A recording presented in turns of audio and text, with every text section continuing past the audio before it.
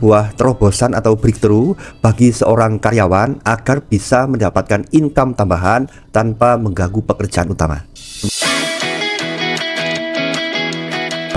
Teman-teman, terima kasih sudah lihat video ini dan selamat datang di channel ini, di mana kita fokus membahas peluang untuk mendapatkan income tambahan bagi seorang karyawan tanpa meninggalkan pekerjaan utama. Jadi bisa dikerjakan tanpa mengganggu pekerjaan kita. Kedepannya kita akan terus berbagi informasi baik dari aspek strategi, aspek teknis bagaimana membuat produk digital maupun dari sisi mindsetnya, sehingga kita bisa berpeluang untuk mendapatkan income tambahan tanpa mengganggu pekerjaan kita. Nah teman-teman, jika dirasa bermanfaat silahkan di subscribe agar tidak ketinggalan video-video berikutnya. Oke, mari kita jujur sebentar ya. Sebenarnya banyak ide-ide untuk mendapatkan income tambahan atau side income yang tidak cocok untuk karyawan, teman-teman. Misalnya jualan barang, di mana kita harus menyetok barang, kemudian mengatur ekspedisi dan lain sebagainya. Itu sangat menyita waktu, padahal kita nggak punya banyak waktu. Kemudian ada dropship. Nah, sebagai dropshipper kita harus membalas chat, harus komunikasi dengan calon pembeli dengan cepat, memerlukan respon yang cepat. Padahal kita kan nggak mau pekerjaan utama terganggu. Kemudian ada juga sebagai ini trading ya. Nah, untuk trading ini kita memerlukan fokus yang tinggi, di mana ya menyita waktu, kita harus fokus. Itu mengganggu pekerjaan utama kita. Padahal kebanyakan karyawan kita hanya punya waktu 1-2 jam dalam satu hari, teman-teman. Namun ada satu bisnis model yang bisa diterapkan, bisa dipakai sebagai karyawan, sebagai terobosan atau breakthrough agar kita bisa mendapatkan income, yaitu bisnis produk digital. Nah, bicara bisnis produk digital, teman-teman pasti sudah banyak mendengar, banyak lihat di iklan ya, orang yang berjualan produk digital. Namun dalam video ini kita akan lebih pahami lebih dalam lagi tentang bisnis produk digital. Karena bisnis produk digital bukan asal berjualan, ini memerlukan sistem, memerlukan strategi agar kita lebih berpeluang lebih berhasil menjual produk digital. Jadi tidak brutal menjual produk digital, bagaikan kita menembak dengan mata tertutup. Jadi tanpa sistem, tanpa strategi, itu kemungkinan berhasilnya adalah sedikit, teman-teman. Nah, kebetulan teman-teman saya sudah 5 tahun lebih berkecimpung dalam bisnis produk digital. Saya menjual produk digital berupa desain website, juga saya aktif membuat aplikasi, teman-teman. Nah, ada satu pertanyaan, mengapa bisnis produk digital ini layak kita pertimbangkan sebagai terobosan untuk mendapatkan income tambahan? Yang pertama, tidak menyita waktu, karena bisnis produk digital ini bisa dikerjakan secara bertahap. Di awal kita membangun sistem, tapi lama-lama ini nggak menuntut kehadiran kita, karena semua dikerjakan secara otomatis oleh sistem, baik pembayaran, kemudian pengiriman dan lain sebagainya, kita tidak usah ikut campur. Jadi ini sangat hemat waktu. Yang kedua, ini fleksibel, bisa dikerjakan dari mana saja. Jadi kita bisa mengerjakan sambil misalnya jam istirahat di kantor dan lain sebagainya, tetap bisa memantau pekerjaan kita. Dan yang ketiga, ini profitnya tinggi banget, bahkan bisa sampai 90%, bahkan 100%, teman-teman. Karena biayanya, costnya rendah sekali untuk produksi, untuk pengiriman rendah sekali. Dan kabar baiknya, dengan berjualan produk digital kita bisa membuat produknya satu kali, kemudian dijual berkali-kali gitu loh. Nah, sebagai ilustrasi, mari kita bandingkan jualan produk digital dengan berjualan produk pada umumnya. Misalnya kita berjualan baju, harganya 100.000. Misalnya total biaya produksi dan lain-lain itu 70.000 gitu. Nah, untuk menjual ke, katakanlah harga jualnya 100, jadi kita dapat laba 30.000. Jadi modal 70.000 dapat laba 30.000 jika dijual 100. Kalau produk digital, maka dengan harga 100 ya kita mendapatkan laba 100.000 itu, dan semuanya menjadi laba kita.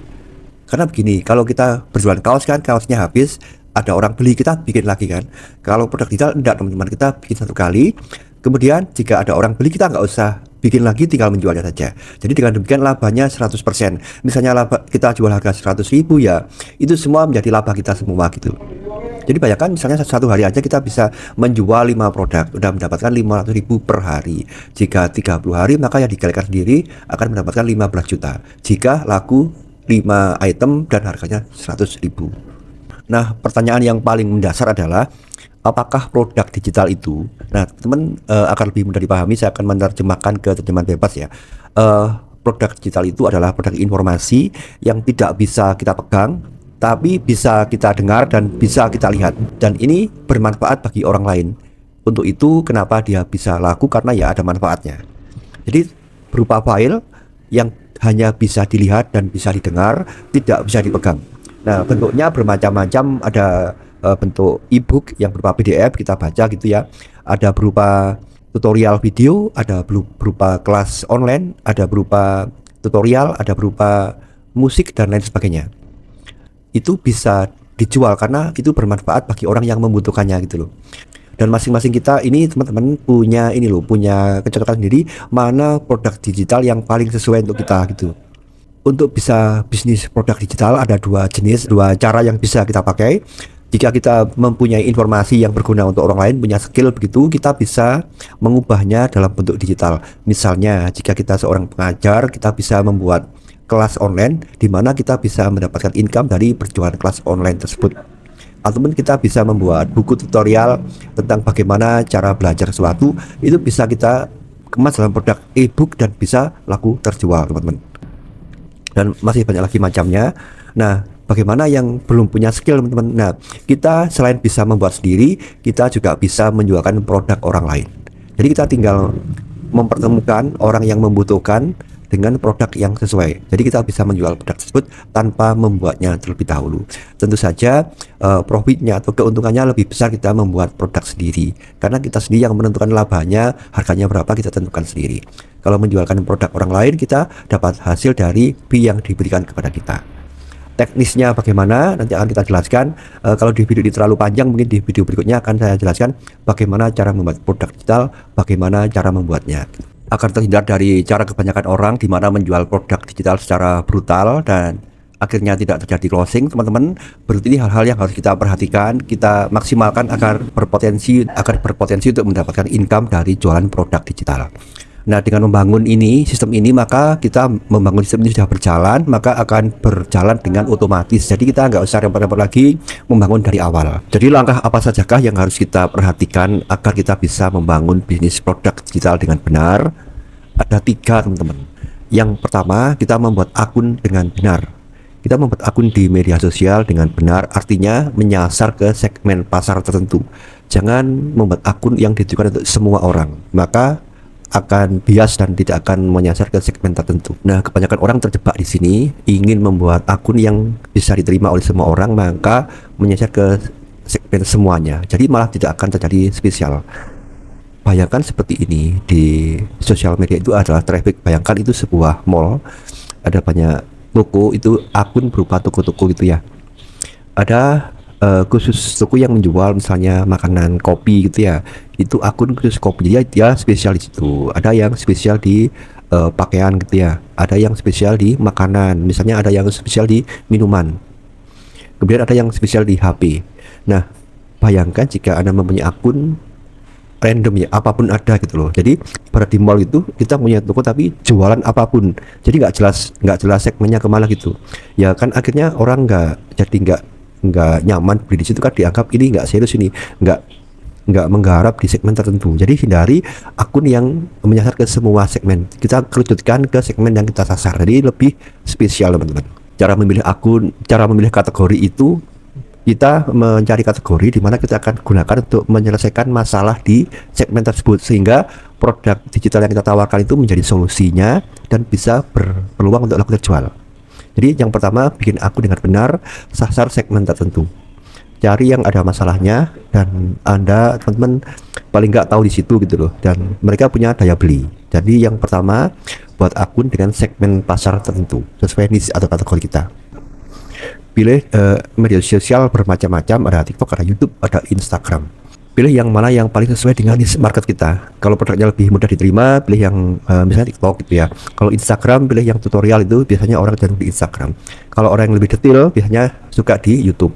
Nah, nantinya di akun inilah kita akan posting, teman-teman, akan posting sebuah konten yang bertujuan untuk mempromosikan produk digital kita.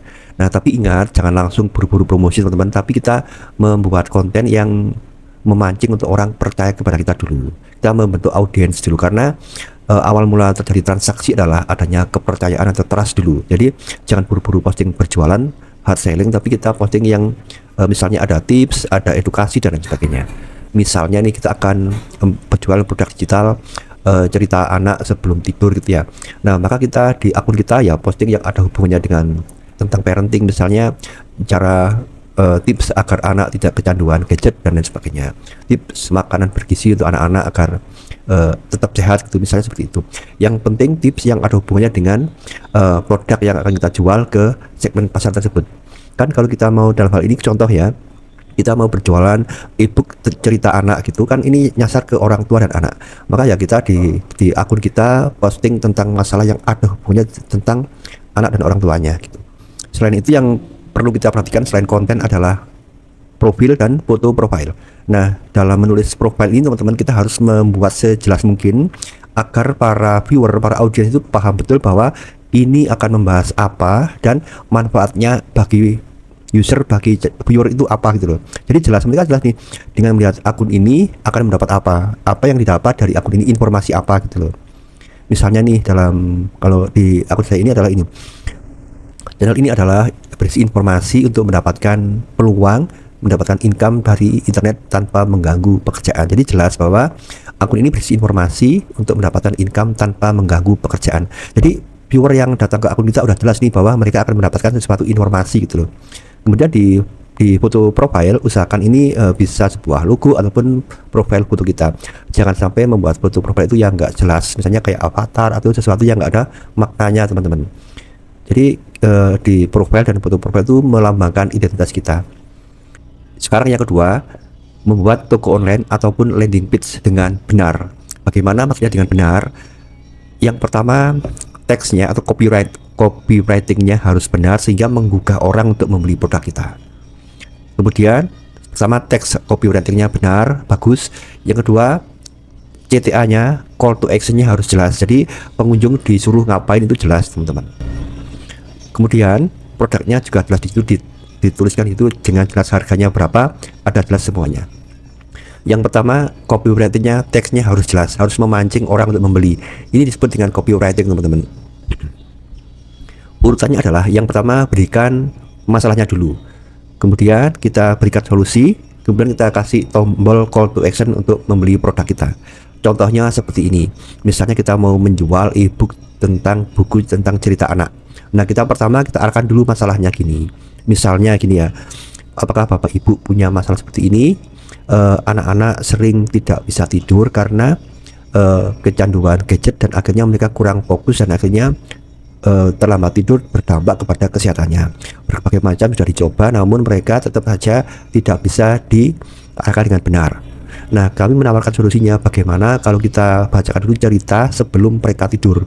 Nah, Bapak Ibu tidak usah bingung ceritanya apa, karena kami sudah punya berbagai macam cerita yang menarik yang bisa mengedukasi sekaligus memberikan efek hiburan kepada anak-anak, sehingga jika diceritakan sebelum tidur mereka lebih cepat tidur dan akhirnya lebih sehat. Untuk mengakses silakan klik link yang ada di bawah ini. Nah, kita kasih tombol order gitu, dikasih harganya berapa, misalnya Rp 150.000. Kemudian jika diklik akan mengarah ke produk kita. Nah, teman-teman, demikian ininya urutannya copywritingnya dengan benar, ada masalahnya, ada solusinya, ada call to action-nya. Nah, untuk membuatnya ini platformnya macam-macam teman. Kalau dijelaskan di sini mungkin terlalu panjang, saya akan jelaskan secara singkat saja. Bisa pakai WordPress, bisa pakai website, juga ada yang free yaitu link.id. Saya akan tunjukkan caranya secara singkat saja ya, seperti ini langkah-langkahnya. Oke teman-teman, berikut ini langkah-langkahnya kita membuat landing page di link.id. Pertama, kita buka browser kita, Google Chrome, kemudian kita ketik link.id seperti ini. Nanti linknya akan saya sertakan di deskripsi ya, biar nggak capek nyari-nyari. Di link.id seperti ini. Nah, kalau sudah muncul seperti ini, kita akan sign up terlebih dahulu, karena ini kita daftar gitu loh. Teman-teman, ini nggak perlu diinstal karena ini berjalan di web. Ini web based ya, bukan aplikasi di Android, bukan, tapi ini di web, jadi nggak perlu diinstal teman-teman. Nah, ini nanti link kita seperti ini, link.id, kemudian nama kita. Kan biasanya ada nih di akun kita, kunjungi link di bio. Linknya ya ini, linknya yang ada di sini ini yang kita pasang di bio kita teman-teman. Nah, kita akan membuat ini sign up ya. Kita klik teman-teman.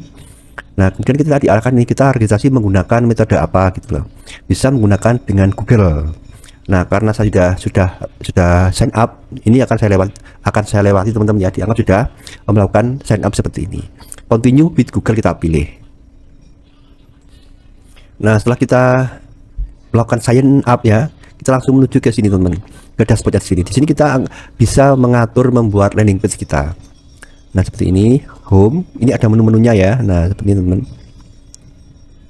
Kita buatnya klik ke sini, my link gini ya.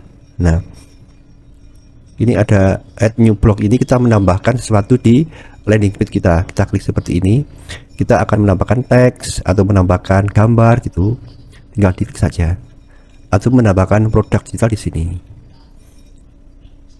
Ini yang pernah saya bikin teman-teman, seperti ini. Jadi langsung ada previewnya, bisa dilihat hasilnya seperti apa gitu ya. Ini teksnya, ini gambarnya, ini permasalahannya. Nah ini solusi yang kita tawarkan. Ini call to action-nya seperti ini.